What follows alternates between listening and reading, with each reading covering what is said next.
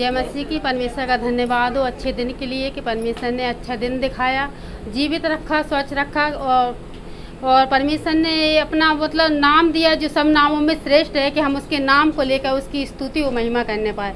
हम धन्यवाद देते हैं और हम अपने जीवन की गवाही को बताएंगे। जैसे हम भी हिंदू परिवार से हैं और हम पहले परमेश्वर को नहीं जानते थे। हमने अपनी मम्मी के द्वारा परमेश्वर को जाना और उन्हीं के द्वारा मतलब जब परमेश्वर को हमने मतलब जाना और परमेश्वर से प्रार्थना की, वाकई में हमारा परमेश्वर बहुत महान है। और परमेश्वर ने जब जो वचन मतलब परमेश्वर के वचन में लिखा है, क्योंकि परमेश्वर ने जगत से ऐसा प्रेम किया कि उसने अपना इकलौता पुत्र दे दिया ताकि जो कोई उस पर विश्वास करे वो नाश ना हो परंतु अनंत जीवन पाए।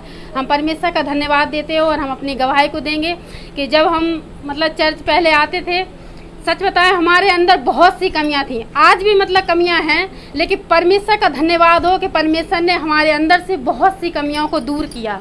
जब हम परमेश्वर के पीछे पीछे चले तो परमेश्वर ने हर एक वो बातों को हर एक जब जब जब हम गिरे तो परमेश्वर ने हमें उठाया। हम परमेश्वर का हृदय से धन्यवाद देते हैं कि पहले जब हम चर्च में आते थे तो भैया मतलब हम देखते थे कि भैया किसी को भी प्रार्थना के लिए खड़ा कर देते हैं, जी हमारे जीवन की गवाही है। और तो हम मतलब पीछे खड़े हो जाते थे कि भैया हमारा नाम नहीं लें, मतलब बहुत डरते थे। सच में हम बहुत काफ़ी दिनों से सोच रहे कि जी हम मतलब अपनी गवाही दें, लेकिन परमेश्वर ने आज मौका दिया तो हम परमेश्वर की गवाही को देंगे। सच में तो हम पीछे खड़े हो जाते थे और मन में पहले ही से प्रार्थना करने लगते थे कि परमेश्वर भैया हमसे ना बोलें, हमसे प्रार्थना के लिए नहीं कहें।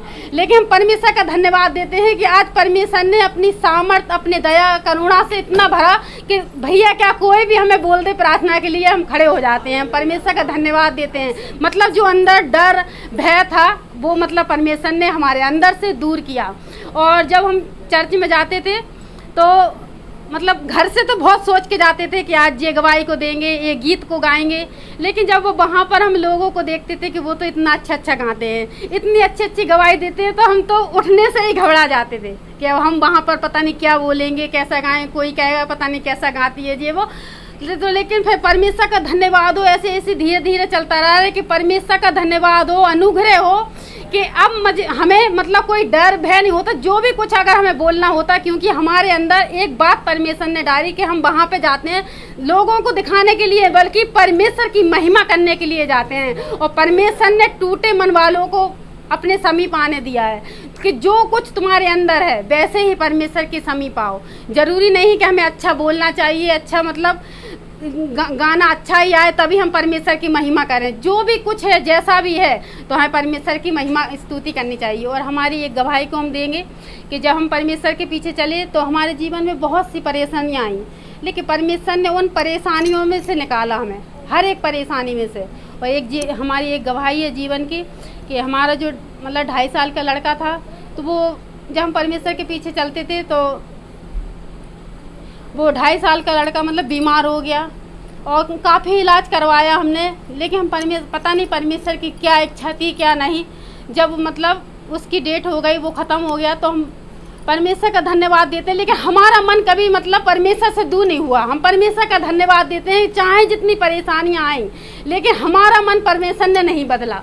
हम परमेश्वर पर ही विश्वास करते थे और परमेश्वर से हमेशा मन में एक ही बात रहती थी कि उसने दिया उसी ने लिया। हम परमेश्वर का धन्यवाद हो। और लेकिन उसी के कारण हमारा परिवार पूरा बिखर गया था। हमारे पति इतना चिढ़ते थे कि अगर हम बाइबल के अगर प्रार्थना करने बैठे तो वो हाल बस एक ही शब्द बोलते थे कि तुमने लड़के को पहुंचा दिया वहाँ पर, मुझे भी पहुंचाओगे क्या। तो मुझे बहुत रोना आता था, मैं बहुत रात के उठ के रो के प्रार्थना करती थी कि परमेश्वर जैसे तू मतलब हमें जैसे आपने चुना है आगे रखा है, परमेश्वर इनके मनों को बदलो। इन्हें जी तो संसारिक चीज़ें हैं जी तो आई और चली जाएंगी, लेकिन परमेश्वर जो नाम आपने हमें दिया है हमारे लोगों को भी हम जब जाएं तो हम सब संग में रहने पाए। हम परमेश्वर का धन्यवाद देते हैं और हम परमेश्वर में बने रहे हो, परमेश्वर के पीछे पीछे चलते रहे। और आज वो दिन है कि हम परमेश्वर का धन्यवाद देते हैं कि परमेश्वर ने हमारे पूरे परिवार का फिर से मन बदला। आज वो ही पति हमारे बाइबल को भी पढ़ते हैं, प्रार्थना भी करते हैं। जो एक समय था कि वो जाने के लिए भी मना करते थे, बाइबल अगर देख लेते थे तो कई बार तो उन्होंने कहा कि बाइबल को हम जला देंगे, लेकिन हम परमेश्वर का धन्यवाद देते हैं आज वो खुद पढ़ते हैं। हम परमेश्वर का बहुत है, ये हमारी बहुत बड़ी गवाही है हमारे जीवन की कि परमेश्वर ने उनके मन को बदला, उनके हृदय को बदला। और अभी मतलब कुछ दिनों मतलब 1-2 साल की बात है, जब एक बार हमारा झगड़ा हो गया तो हमने उनसे कहा कि आप ऐसा करो, आप बाइबल पढ़ना बंद कर दो। हमने उनसे ऐसा ही बोला कि जब मतलब एक तरफ कहीं भी आओ आप और बाइबल बंद कर दो पढ़ना। लेकिन हम धन्यवाद देते हैं कि हमने कह तो दिया, लेकिन हम परमेश्वर हमारे साथ हमेशा रहा। सुबह जब वो उठे फिर उन्होंने बाइबल उठा के पढ़ने लगे, लेकिन हमने उन्हें मना नहीं किया। लेकिन परमेश्वर का धन्यवाद हो कि उन्होंने उनके मन को बदला और आज वो परमेश्वर के पीछे चल रहे हैं। प्रभु का धन्यवाद हो। मैं भी परमेश्वर का धन्यवाद देना चाहूँगा आज के इस दिन में कि परमेश्वर ने एक अच्छी संगति में हमें जोड़ा है कि हम लोग तैयार होने पाएँ और प्रभु के राज्य की बातें हर जगह तक पहुंचाने पाए। हालेलुया। परमेश्वर ने मेरे जीवन में जब मैं सुबह प्रार्थना कर रहा था तो एक शब्द को डाला, वो चेन है। हालेलुया। हम लोग गले में अक्सर पहनते हैं चेनों को, लेकिन जब हम उसके एग्जाम्पल को देखते हैं तो उसकी हर एक कड़ी एक चीज़ से जुड़ी होती है। हर एक कड़ी एक कड़ी से जुड़ी हुई है, तब जाके वो एक लंबी चेन बनती है। हालेलुया। इसी प्रकार से फिर मैं पूछ रहा था परमेश्वर के, परमेश्वर ये इसका मतलब क्या है कि आपने इस प्रकार से मुझे ये चेन को दिखाया और इसको मीनिंग भी समझाइए। तो मैंने परमेश्वर पूछा तो परमेश्वर ने मुझे एक वचन को दिया और वो वचन है 2 तीमुथियुस और उसका 9वां वचन 8 और 9। इसलिए हमारे प्रभु की गवाही से और मुझसे जो उसका कैदी हूँ लज्जित ना हो, पर उस परमेश्वर की सामर्थ के अनुसार सुसमाचार के लिए मेरे साथ दुख उठा, जिसने हमारा उद्धार किया और पवित्र बुलाहट से बुलाया, और यह हमारे कर्मों के अनुसार नहीं पर उसके उद्देश्य और उस अनुग्रह के अनुसार है जो मसीह यीशु में हमें सनातन से हम पर हुआ है। हालेलुया। ये प्रभु का अनुग्रह ही है जो हम पर सनातन से है, अभी से नहीं है। जब अपने माँ के घर में बेडौल तत्व में थे हम पर वो अनुग्रह तब से है। हालेलुया। और उस चीन का मीनिंग को फिर मैंने देखा कि किस प्रकार से परमेश्वर इजरायलियों के साथ जुड़ा रहा। परमेश्वर हमेशा उनके संग जुड़ा रहा। उन्होंने राजा की डिमांड करी, परमेश्वर ने उन्हें राजा भी दिया, लेकिन वहाँ पर परमेश्वर के लिए एक शब्द को परमेश्वर ने खुद उपयोग किया कि इसने तुझे निकम्मा नहीं जाना, इन्होंने मुझे ही निकम्मा जाना। हालेलुया। जब पहला राजा परमेश्वर ने इजराइल को दिया शाऊल के रूप में, और उसके बाद जब परमेश्वर ने भविष्यवक्ता ठहराए, छोटे भविष्यवक्ता ठहराए, बहुत सारे न्यायी ठहराए, लेकिन परमेश्वर ने तब भी हमें छोड़ा नहीं। फिर एक चेन को फिर बांधे रखा, तब यीशु मसीह खुद आ गए हमारे बीच में। और परमेश्वर के वचन में लिखा है यूहन्ना में कि उसने मनुष्यों के बीच में डेरा किया। हालेलुया। और तब यीशु मसीह भी फिर हमारे बीच से चले गए। यीशु मसीह ने भी हमसे, लेकिन हमें अभागा नहीं छोड़ा, हमें अनाथ नहीं छोड़ा। और यीशु मसीह ने इस बात को कहा कि मैं तुम्हें एक सहायक दूंगा। हालेलुया। और वो सहायक जब हमारे ऊपर, हमारे जो प्रेरित हैं, यानी कि जैसे कि चेले थे जो यीशु मसीह के, उन लोगों के ऊपर आया तो उन लोगों ने भी हमें अनाथ नहीं छोड़ा, और उनके द्वारा आज हम सब तैयार हो पाए। और प्रभु का अनुग्रह ही है कि इंडिया में सुसमाचार थोमा के द्वारा आ गया और हम इस सुसमाचार को सुन लिए। अच्छा हुआ कि हम उस सुसमाचार को सुन लिए और उस पवित्र बुलाहट में हमें भी प्रभु ने उस चेन में एक कड़ी में शामिल कर लिया। हालेलुया। प्रभु का धन्यवाद है कि आज हम भी उस चेन का हिस्सा हैं, उस चेन का अंश हैं जिसको परमेश्वर ने चुना। हालेलुया। परमेश्वर का बहुत धन्यवाद देता हूँ। एक छोटी सी गवाही दूंगा। और मैं आज एक पल को याद कर रहा था अपने जीवन के, जब मैं प्रभु में आया। और जब मैं प्रभु में आया तो मैं फील करता था कि मैं एक कमरे में बंद हूँ और उसमें अंधेरा ही अंधेरा है और मैं उसमें से निकलना चाहता हूँ मगर निकल नहीं पा रहा। और मैं परमेश्वर का धन्यवाद देता हूँ कि मैं इस चीज़ को देखा करता था कि मैं अंधेरे में हूँ।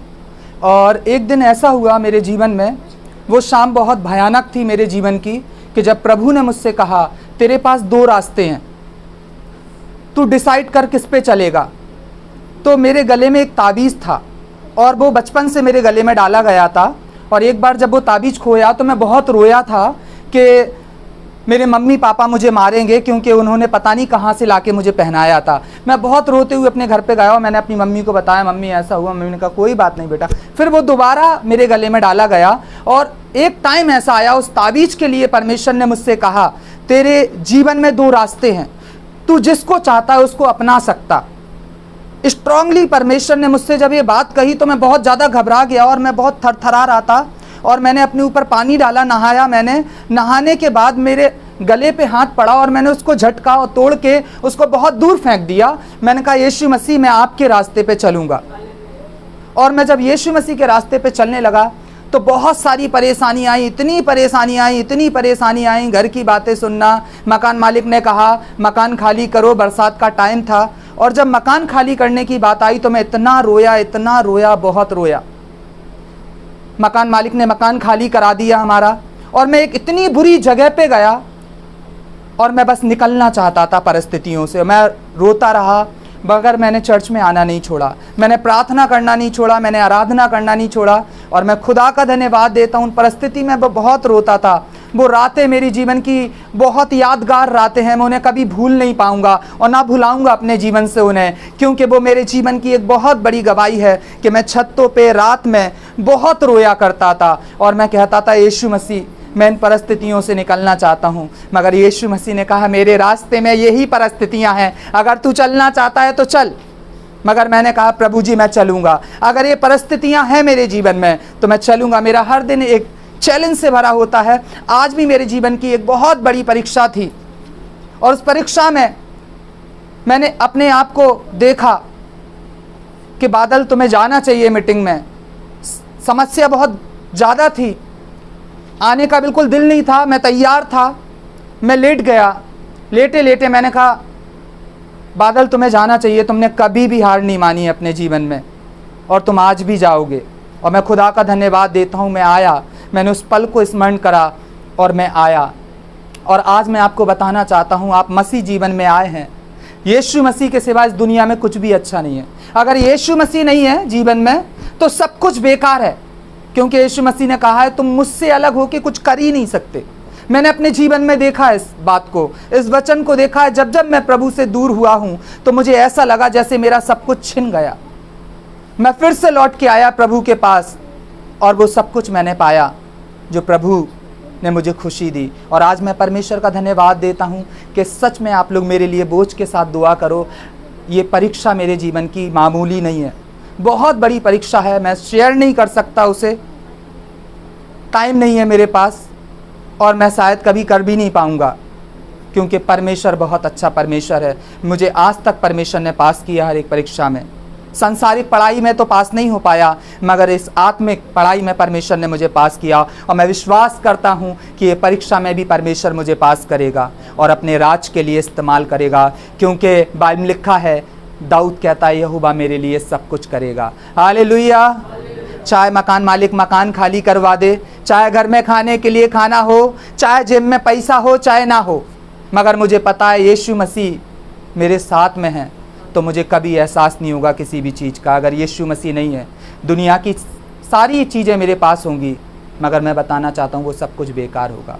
मैंने एक ऐसे परमेश्वर को अपने जीवन में जाना जिसने मुझसे कहा तेरे जीवन के 2 रास्ते हैं, डिसाइड कर।